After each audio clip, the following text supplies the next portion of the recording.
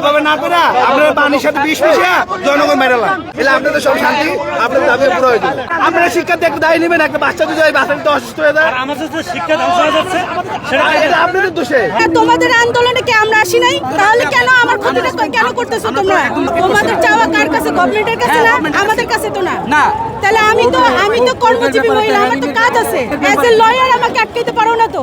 আপনাদের কাছে মানুষের জানের কোনো মূল্য নাই। আমার গাড়িতে আমি তেল ভরে আপনাকে নিয়ে উল্টা পথে যাব, আপনি দেখেন কয়টা অ্যাম্বুলেন্স আছে, কত মানুষ অ্যাম্বুলেন্সে বসে আছে।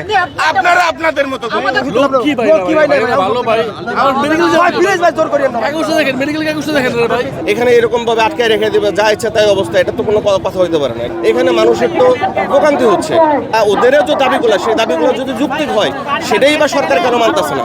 জনগণ হাজার হাজার অ্যাম্বুলেন্স, স্টুডেন্ট যারা আছে, হাজার হাজার ড্রাইভার আছে, এদের দিন শেষে একটা জমা দিতে হয়। ওদের কাট করে রেখে আপনি কি প্রমাণ করতে পারছেন ভাই? আমার জন্য একটা লোক দাঁড়িয়ে আছে ভাই, যাবো সংগঠন অপেক্ষা করতেছে, ইমার্জেন্সি না ভাই। বাজারটা নিয়ে যাইতে দাও আমার একটু বাবা। আবার তো এখানে হাটের পথা নিয়ে জিনিসগুলো নিয়ে কি বাবা আলু পড়ে লাগলে সমস্যা নাই, তুমি নিয়ে কি আসো? কি লেগে ভাই?